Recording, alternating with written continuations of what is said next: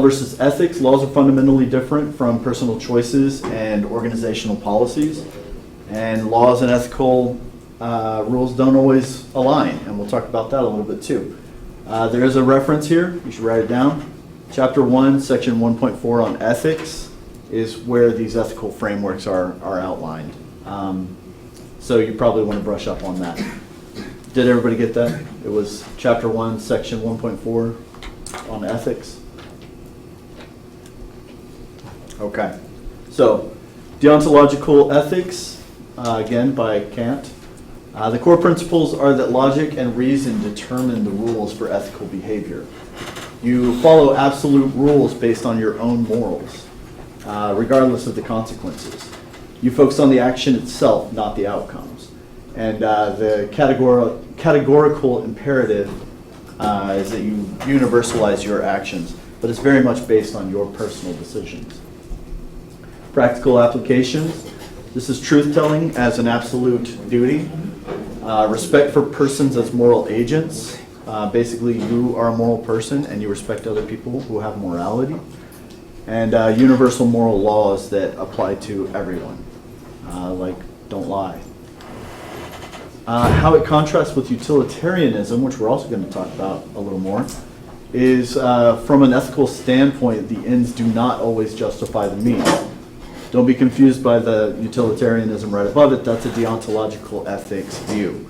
So the ends do not always justify the means. Deontologists emphasize duty over consequences, and some acts are wrong regardless of good outcomes. A really good example of the difference between deontological and utilitarianism points of view is that old story about standing by a switch near a train. Most of you have probably heard it, but basically, if you pull the switch, the train will go left and it will hit one person. But if you do nothing, the train will continue on and it'll hit 5 people, cause injuries. The deontological person might stand there by the switch and say, I know that I am a person who does not kill people. If I pull that switch, I'm directly responsible for the person on the left getting injured. But if I don't pull the switch, the utilitarianism point of view, if I do pull the switch, then I'm killing one I'm injuring one person versus injuring 5. So the outcome is maybe worth pulling the switch, or your personal decision in that moment makes it not worth pulling the switch. That's basically a tale of these two ethical points of view. So, there's a rights theory connection, that negative and positive rights. We're going to talk about negative and positive rights a little bit later on. They're sometimes at odds with one another, but basically negative and positive rights are that the government cannot interfere with negative rights. This is a freedom from government intervention. Positive rights are things that the government provides for you. A good example is emergency rooms. If you are injured and you go to an emergency room, they're going to fix you as a priority over finding out who your insurance provider is and finding out how you're going to pay for these services. That's something that government does provide, or at least helps provide. Conflicts do arise in resource allocation whenever it comes to negative rights and positive rights opposing each other. And there's a really good example of that we'll get to later. Utilitarian ethics. The core principles of utilitarian is that you judge actions based on the consequences, not your intentions in the moment. It's the greatest good for the greatest number. Again, with hospitals, we put them in cities because that's where the most people are. You can get more utility from a hospital if it's where the people are. And that doesn't mean that farmers have less value than people who live in the city, but it does mean that they have to drive a little further. But it's less people having to drive into the city for healthcare. So it makes sense from a utilitarian point of view. In utilitarian ethics, increased happiness and utility, that's basically, utility in this sense means how many people can use a service and benefit from that service, and you're looking for the most utility, like hospitals and cities. In utilitarian ethics, a measure of utility may be the increase of the happiness of the decision maker. And that's how you might govern your decisions. Decision maker's happiness does count into the calculation. It focuses on aggregate outcomes, which is the total outcome, versus the individual action or individual rights. Sometimes it conflicts with individual protections.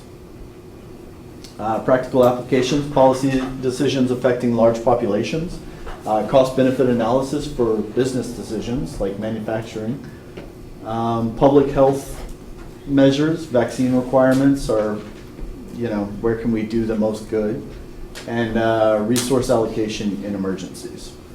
So where it contrasts with other theories is it almost directly opposes the deontological point of view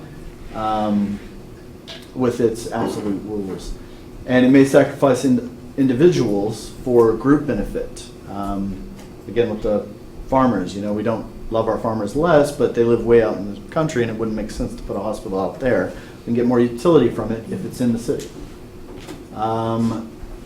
And it's consequentialist rather than duty-based. And that's all utilitarian. That can be found in Chapter 1, Section 1.4.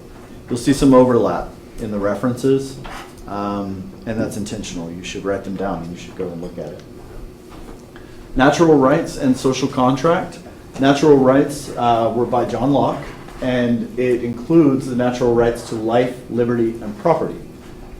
I think we'll get into some amendments that kind of cover that a little bit, and we'll focus on that too. So there are three fundamental rights: life, liberty, property, and they come from human nature and they cannot be legitimately violated. Foundation, it is the foundation for constitutional protections, and it's a little bit different than the social contract theory, but you should know that one too.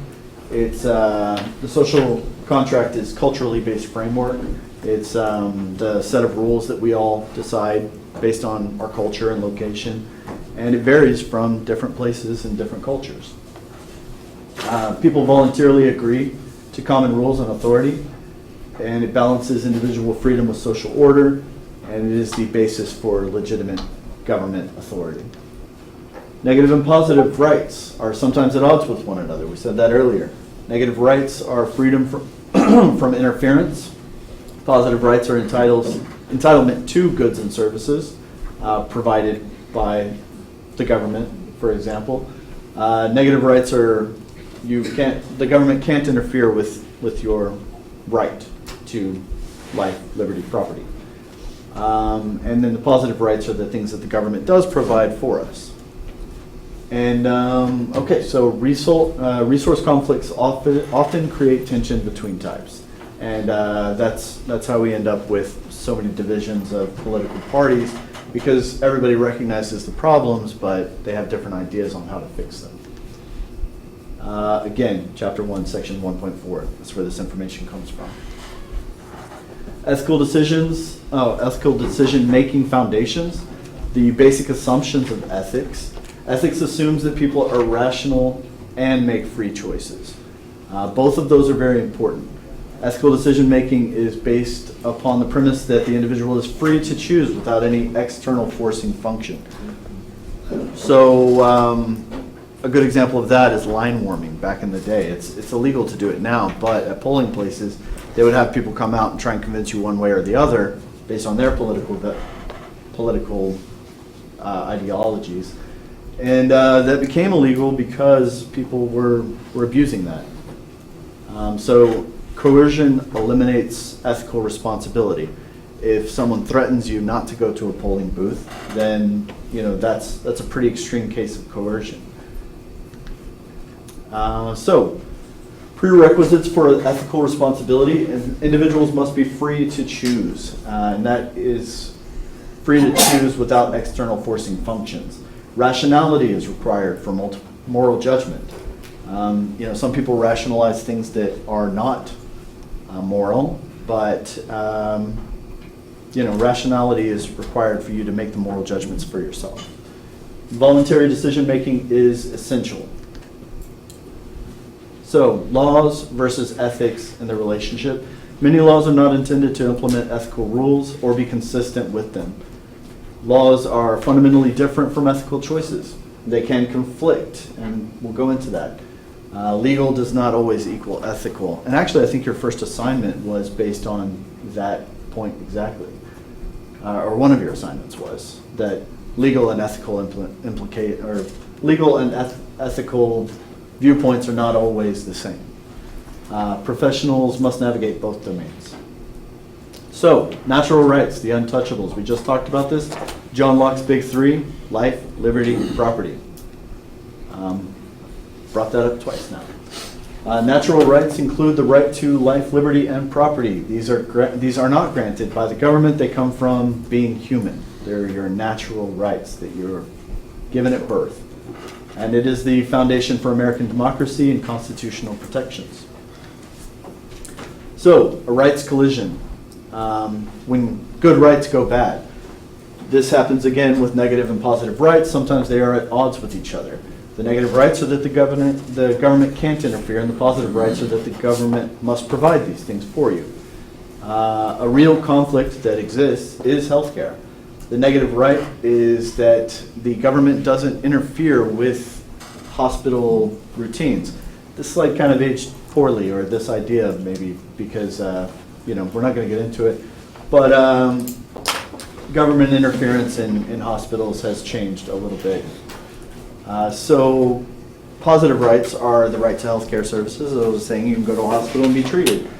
So the problem with that is who pays? If the government isn't allowed to intervene, but they're still funding the operation, and we've got limited resources, so who's going to pay for these medical bills? People don't always pay their medical bills. So, laws versus ethics, the eternal conflict. Truth bomb. Many laws are not intended to implement ethical rules or be consistent with them. Examples are legal but unethical, lying to your friends. You shouldn't do it, but it's legal. Illegal but ethical, hiding refugees from Nazis. That's a good example, but there are many examples. Legal today but unethical yesterday.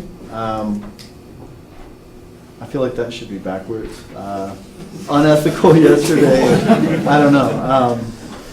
But what is unethical today and was legal back in the day is slavery. And what is ethical today that was illegal before is women voting. That one's in the correct order. I'm surprised that it's probably a typo on my fault. Okay, so the professional reality is you must be able to navigate both domains, ethics and law. So, chapter 2, privacy wake-up call. Welcome to the surveillance age. The reality is, and remember this, the reality is that anything we do in cyberspace is recorded. What you should think about right now is what you've done today. How many apps tracked your location today?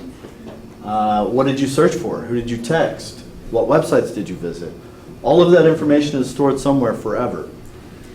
Sometimes, so data is stored on electronic devices or in server farms, and it is seemingly forever. Unless that data gets overwritten, then maybe it disappears, but you should assume that it's not going to, because it might never. So, your Fourth Amendment is your privacy shield. What protects you and what doesn't. So the Fourth Amendment is the right of the people to be secure in their persons, houses, papers, and effects against unreasonable search and seizures. This started as a protection of people, not places, in 1967. That was Katz versus U.S., which is not the same guy that we were talking about earlier, Kant, two totally different guys.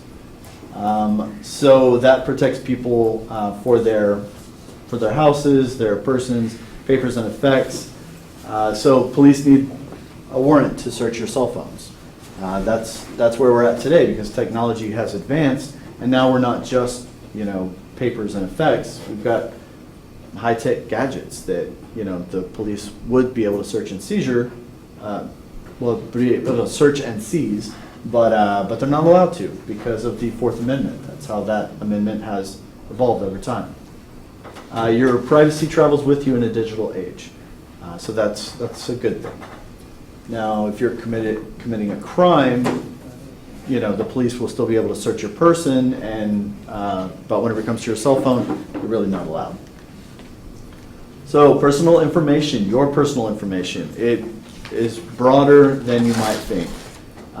It's basically the deep dive.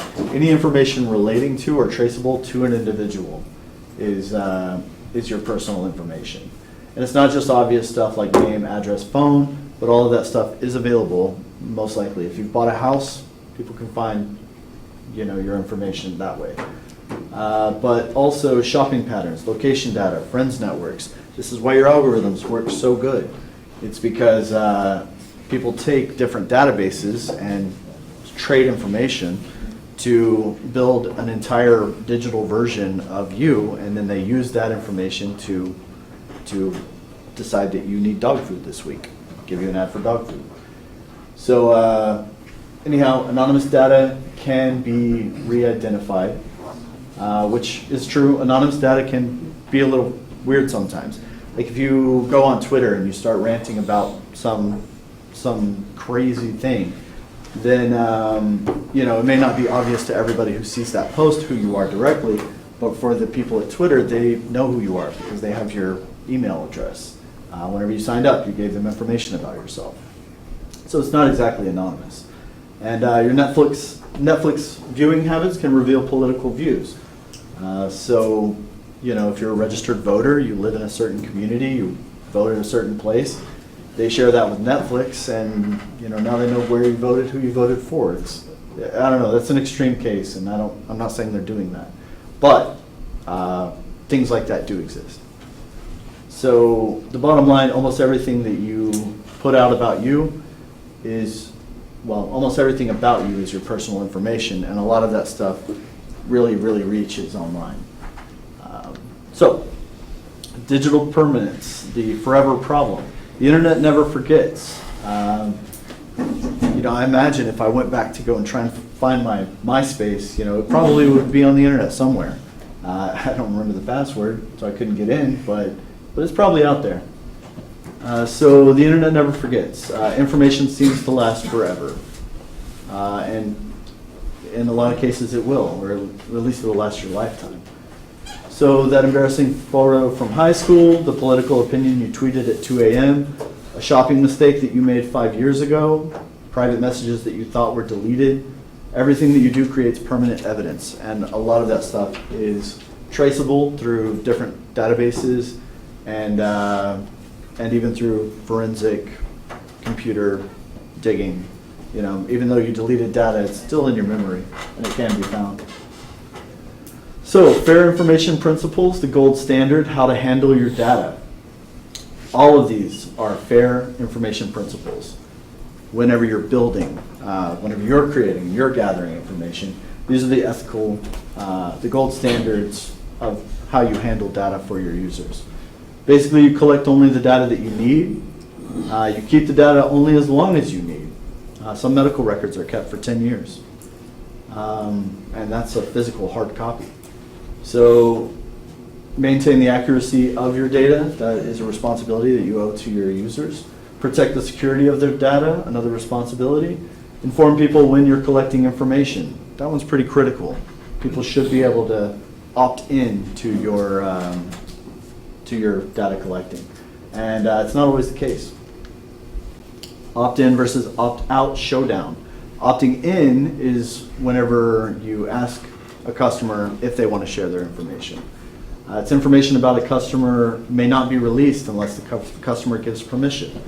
There's no sharing, and you must ask the customer to use their data, and it is very protective for your privacy, or for their privacy. Opting out is a customer can object if they want to. The default setting is yes, you are sharing their information, and the user has to ask you to stop. It's very friendly to the businesses because they get your information without your permission, but it's not very user-friendly. So which one protects you better, opting in or opting out? Opting in. I heard it somewhere. I would say, I would say that opting opting in is probably the more optimal as a user. So encryption is your digital bodyguard. A lot of more recent messaging apps use encryption. Some of them don't. But it makes data meaningless to bad guys. And I think we all know basically how encryption works. Your message might be, meet me at 3 p.m. If somebody intercepts that, it looks like gibberish. And if the right recipient receives it, then your secret is safe. They know to meet you at 3 p.m. It's essential for certain industries like banking, shopping, and private communication. So it transforms data into a form that is meaningless to anyone who might intercept it. Police powers, what they can and can't do. Your rights during police contact is what this is about. A policeman or woman can search your person, but they cannot search your home or the contents of your cell phone without a warrant. So your privacy rights do not include a right to reject or ignore a search warrant. If they come to your house, they've got a search warrant, you're not allowed to say no. On to Chapter 3, the Free Speech Foundations. The first freedom, it's the First Amendment, right? Free speech. So it is the constitutional amendment that deals specifically with the right of free speech. That is the First Amendment. So it offers a very powerful protection. Under the United States Constitution, advocating illegal acts is usually legal. You can say almost anything with some limitations, and it protects unpopular ideas and minority viewpoints. But with great power comes great responsibility. And anonymity, it is a double-edged sword. So whenever you're online, do you feel like you can be anonymous online? No. Not easily, for sure. Because there's IP addresses, there's information that you gave whenever you signed up for certain things. There's a lot of ways to trace who you are online. But anonymity is it addresses the tyranny of the majority, so it protects minority views. If you have an unpopular opinion or a hot take and you want to post it on Instagram threads, then you can. And the people around you won't know who you are specifically. Actually, on threads they probably could because they can access your Instagram. But if you go to, what's that old website, 4chan? Somewhere like that. I don't know. I've never been there. Don't judge me. But you've got an anonymity where people can't know exactly who you are whenever they see it. But that doesn't mean that the people who run the site don't know who you are. They probably do. So it alleviates the fear of being embarrassed. It allows you to give your honest expression. It relieves the fear of retribution. It's safety from retaliation, unless you consider retaliation hateful comments on your posts. Statements without attributions, it focuses on the ideas. So all of the above there, all of those are important. Anonymity does serve multiple purposes. And anonymity is not a consideration where free speech is concerned, but it actually is. So that's false. So the chilling effect, whenever fear silences speech. I think I gave a good example of line warming with polling places. So the chilling effect is whenever you censor yourself due to a fear of consequences. You may decide not to say something because you're worried that you'll get punched in the face. Real examples are considering conservative community standards when you're creating arts. If you want to do absurdism art, then that's totally fine, but make sure that you're showing it to the people who enjoy absurdism art. Monitor your speech to avoid offending distant communities. That one, you have to consider cultures that are outside of your own whenever you're whenever you're publicly speaking, because people from different cultures and different religions and different things have different standards. And so you should always follow the most restrictive rules, even if they don't apply to you specifically. So what is not a chilling effect is silencing others by talking down to them or belittling them. because that takes away your freedom to speak because you're being bullied. So you might not say that. That's not the chilling effect necessarily. That's direct suppression, not self-censorship. If someone else is making you be quiet, that's not self-censorship. So civility, quote, balancing freedom and respect. The quote is, free speech is enhanced by civility. That was a quote by Tim O'Reilly. It's a thoughtful perspective. And what it means is that freedom to speak doesn't mean freedom from consequences. I think we all know that's true. Respectful discourse actually protects free speech, because if you are open and respectful with each other, then you're able to have a better conversation about things. Civility encourages more people to participate, and it is a balance between expression and respect. That can be found in Chapter 3, Section 3.3.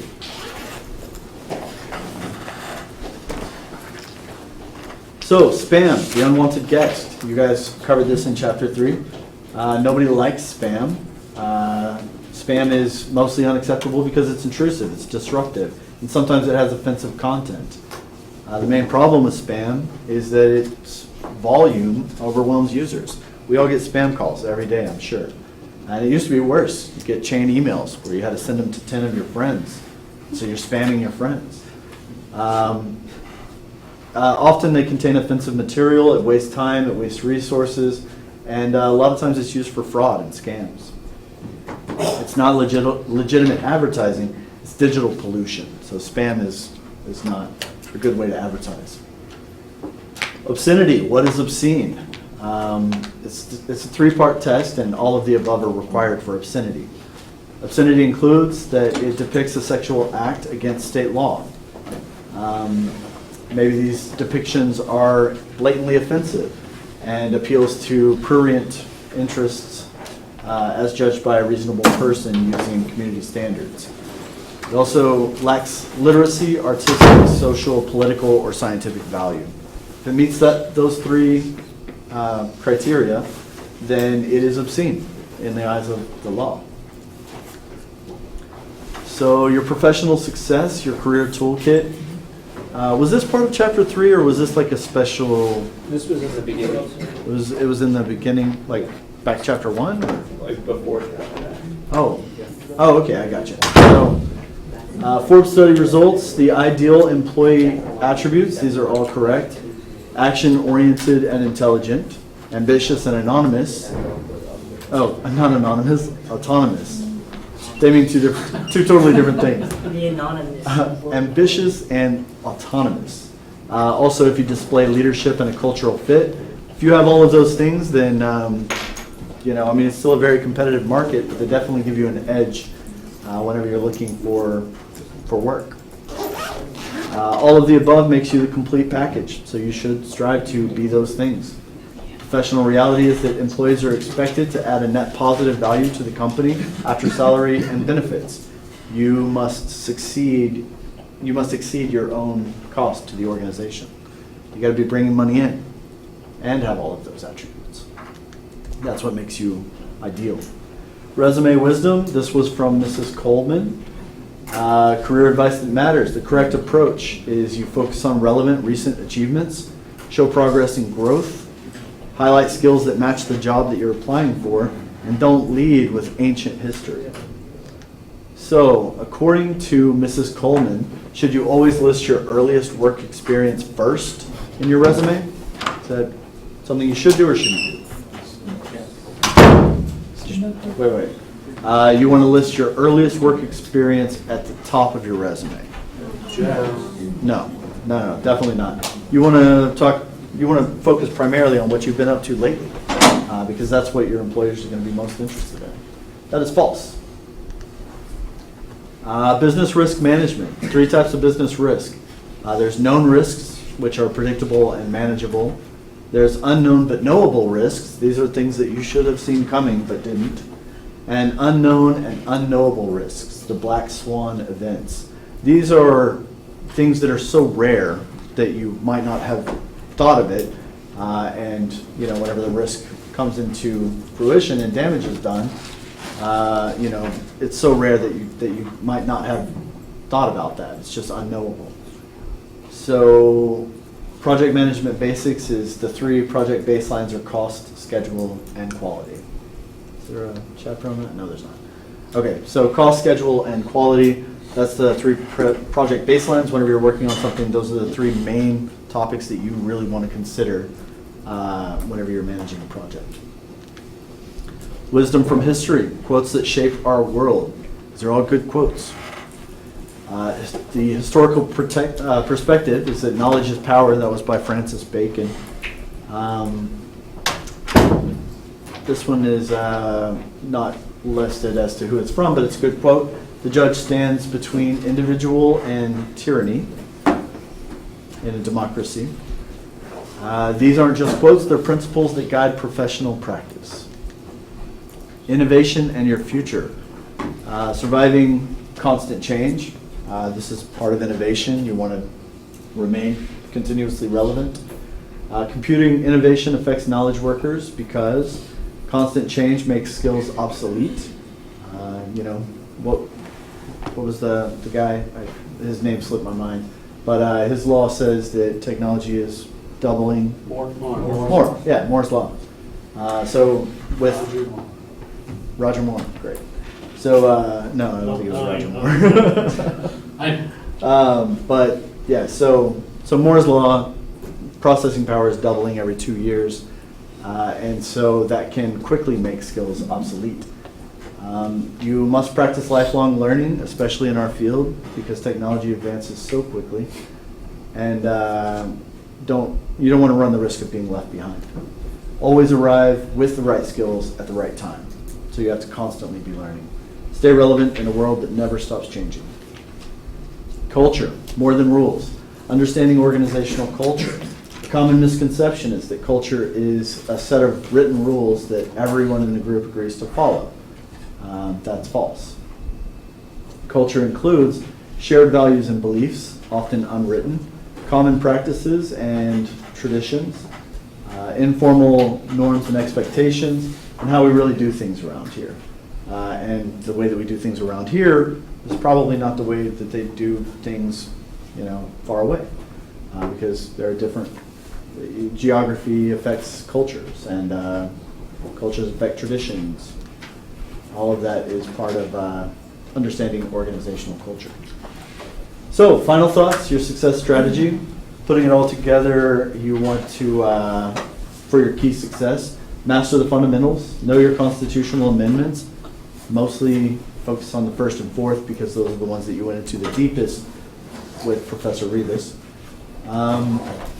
Understand ethical frameworks, we discussed that quite a bit. Recognize technology's impact on society and develop professional skills. A good study strategy, focus on the exact definitions and quotes, understand relationships between concepts, and practice applying frameworks to new situations and connect historical lessons to current challenges. This knowledge isn't just for the class, it's also for your professional life.